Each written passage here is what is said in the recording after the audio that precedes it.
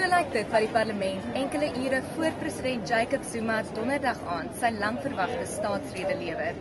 Polisielede, veiligheidsbeamptes en die brandweer staan gereed om enige situasie te hanteer. Parlementêre beamptes skarrel rond om die laaste dinge in plek te kry en polisielede met snuffelhonde patrolleer die parlementêre terrein.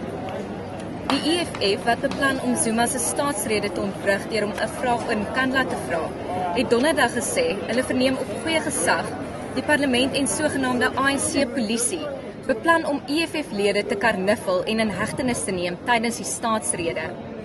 Volgens die EFF gaan die spreker EFF-lede glo 3 keer vra om te sit en as hulle weier sal die polisie ingeroep word om hulle uit die raadsaal te verwyder. Intussen hou die parlement vol hulle beplan vir 'n suksesvolle geleentheid sonder enige voorvalle. Marina Lamprecht vir Netwerk 24, Kaapstad.